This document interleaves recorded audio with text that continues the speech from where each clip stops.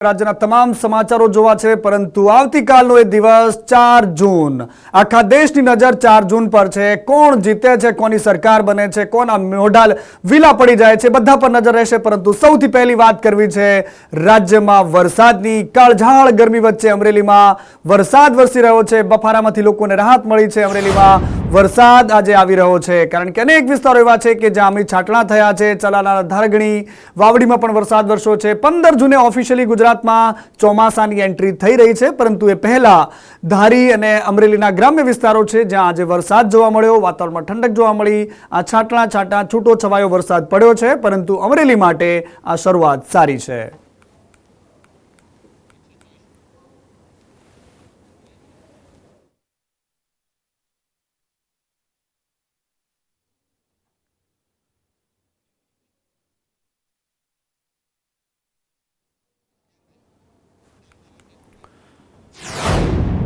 અને હવે વાત કરવી છે સાપુતારા અને ડાંગ પંથકમાં પણ વરસાદ વરસ્યો છે। ભારે પવન સાથે ગાજવીજ સાથે વરસાદ આવ્યો હતો। છૂટો છવાયો વરસાદ હતો, પરંતુ ભારે ઉકળાટ પછી આ વરસાદ આવ્યો છે। અને હિલ સ્ટેશન પર નયનરમ્ય દ્રશ્યો પણ જોવા મળ્યા છે, કારણ કે આ એ જ જગ્યા છે જ્યાં લોકો ગરમીમાંથી રાહત મેળવવા માટે જતા હોય છે। અને જ્યારે અહીંયા વરસાદ વરસે છે તો અહીંની જે ગ્રીનરી છે, અહીંની જે લીલોતરી છે, તે ચારે કોર છવાઈ જતી હોય છે। અને આજે પણ જ્યારે વરસાદ વરસ્યો તો આવો જ કંઈક માહોલ જોવા મળ્યો।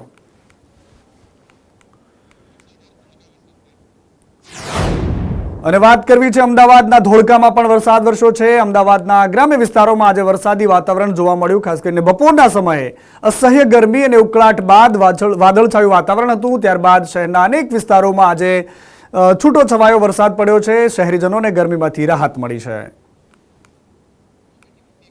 અને ગુજરાતના વાતાવરણમાં આંધીની આગાહી થઈ છે, પરંતુ રાજનીતિક વાતાવરણમાં કોની આંધી આવે છે એના પર સૌ કોઈની નજર છે, કારણ કે આવતીકાલે લોકસભાની ચૂંટણીના પરિણામો જાહેર થવાના છે।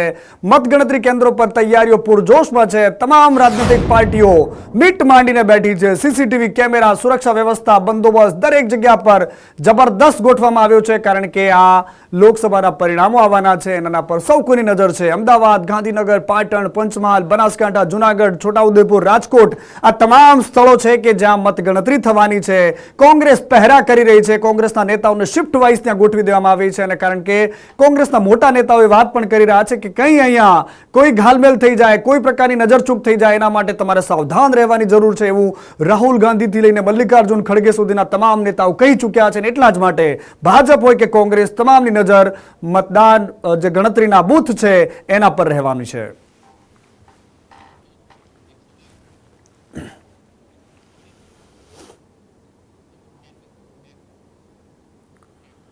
અને હાર જીતના દાવાઓ ત્યારથી થઈ રહ્યા છે, કારણ કે આવતીકાલે પરિણામ છે, અને પરિણામ પહેલા એક્ઝિટ પોલ જે રીતે લોકોને ચોંકાવીને ગયો, 400 પારની વાતો થઈ રહી છે, પરંતુ બીજી બાજુ ભરૂચ બેઠક પર જીતનો દાવો ચૈતર વસાવાએ કર્યો છે। અને આ ભરૂચ બેઠક પરથી ચૈતર વસાવા કહી રહ્યા છે કે અહીંયા વખતે હું જીતવાનો છું। 50,000 મતથી હું જીતીશ। આ લીડ હશે મારી। મનસુખભાઈએ પહેલા 5 લાખની લીડનો દાવો કર્યો હતો। હવે મનસુખભાઈ 3 લાખ પાર આવી ગયા છે। હવે એમને લાગી રહ્યું છે કે હું હારી રહ્યો છું, એટલા માટે પોતાના સ્ટેટમેન્ટ બદલી રહ્યા છે। आप देख सकते हो इस चुनाव में पूरे आदिवासी समाज ने इंडिया गठबंधन की तरफ मतदान किया है। माइनॉरिटी समाज पूरा एक तरफी मतदान किया है। क्षत्रिय समाज भी साथ में था। जहां से भाजपा को ज़्यादा लीड मिलती थी वहां भरूच और अंकलेश्वर में कम मतदान हुआ है। इसपे से आप कह सकते हो कि इस बार भरूच लोकसभा इंडिया गठबंधन जीत रहा है, और हम दावे के साथ कह सकते हैं कि भरूच लोकसभा हम 50,000 से ज़्यादा वोटों की लीड से जीत रहे हैं। અમે જીતી રહ્યા છીએ, અમે જીતી રહ્યા છે અને સામેવાળા હારે છે, આ પ્રકારની વાતો તમને આવતીકાલ સવાર સુધી સંભળાશે, પરંતુ ત્યારબાદ સચ્ચાઈ સામે આવશે। પરંતુ કોંગ્રેસની જેના પર નજર છે, કોંગ્રેસને જ્યાં લાગે છે કે એ બેઠક જે અમારા માટે આશાનું એકમાત્ર કિરણ છે, એ બનાસકાંઠાની બેઠક છે। અને જ્ઞાનીબેન ઠાકોર અત્યારથી જ નીકળી ગયા છે મતગણતરીના સ્થળે જવા માટે। જય ઘોષ સાથે ભાભરથી એજન્ટો સાથે નીકળ્યા હતા જ્ઞાનીબેન। દહીંના પ્રસાદના સુકન સાથે મતગણતરી સ્થળે નીકળ્યા હતા। જ્ઞાનીબેન ઠાકોરે જીતનો આશાવાદ પણ વ્યક્ત કર્યો હતો।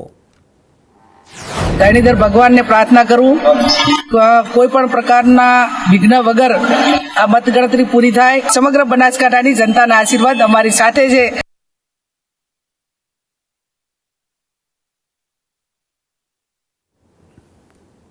અને પરિણામો પહેલા જ કોંગ્રેસે ચૂંટણી પંચની કામગીરી પર સવાલો ઉઠાવવાનું શરૂ કરી દીધું છે. વડોદરામાં કોંગ્રેસના અગ્રણીઓએ કલેક્ટરને રજૂઆત કરી છે કે ભાજપના 105 એજન્ટ હોય, ઓબ્ઝર્વર હોય, કેવી રીતે શક્ય બને?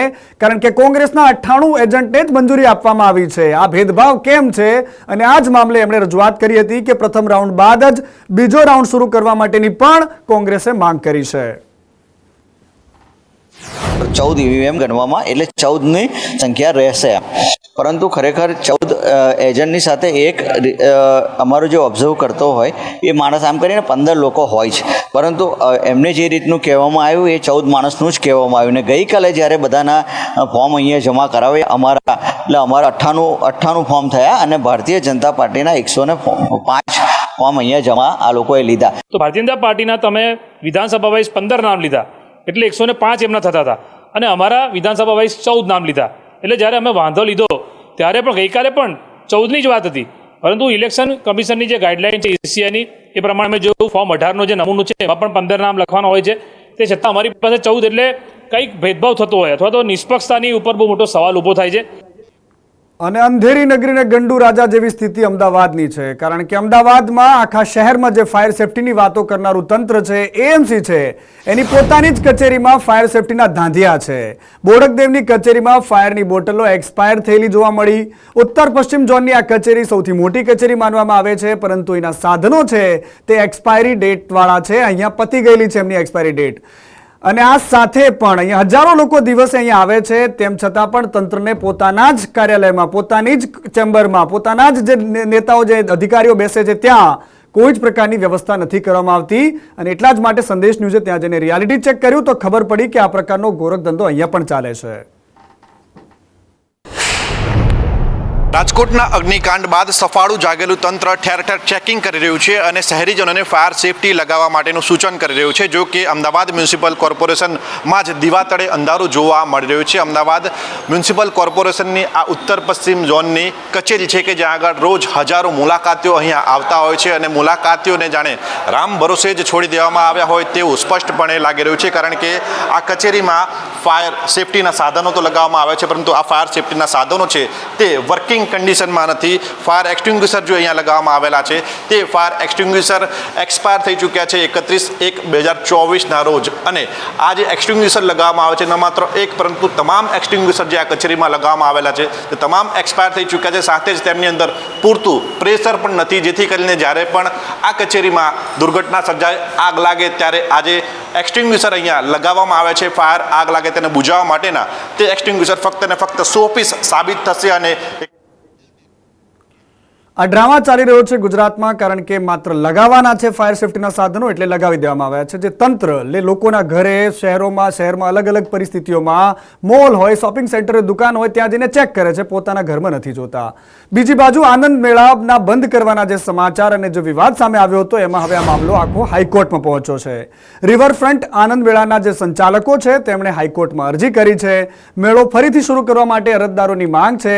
ફાયરના પુરાવા હોય તે આનંદ મેળા શરૂ રાખવાની માંગ કરવામાં આવી છે.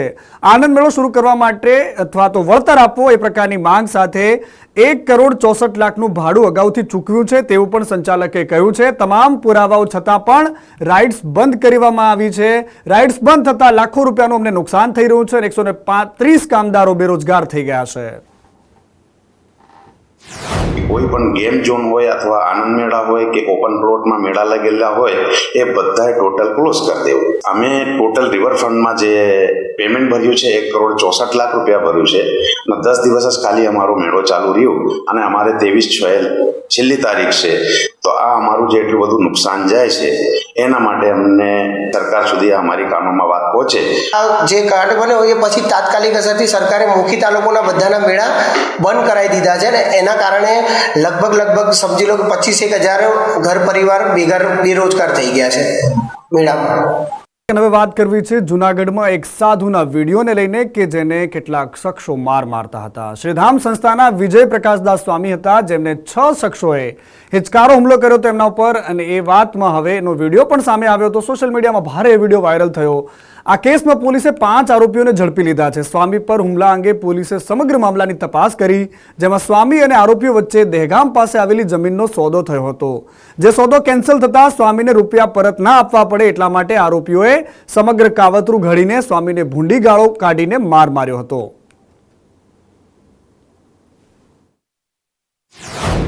આ જે આરોપીઓ છે તેમાં હાલ તાલુકા પોલીસ સ્ટેશનમાં તમામ આરોપીઓની ધરપકડ કરવામાં આવી છે.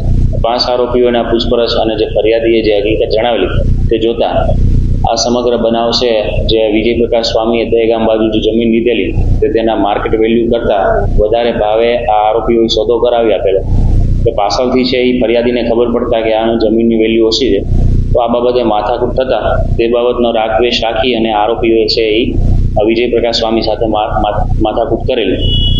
હાલ આ ગુનાના કામે તમામ આરોપીઓની ધરપકડ કરવામાં આવેલી છે.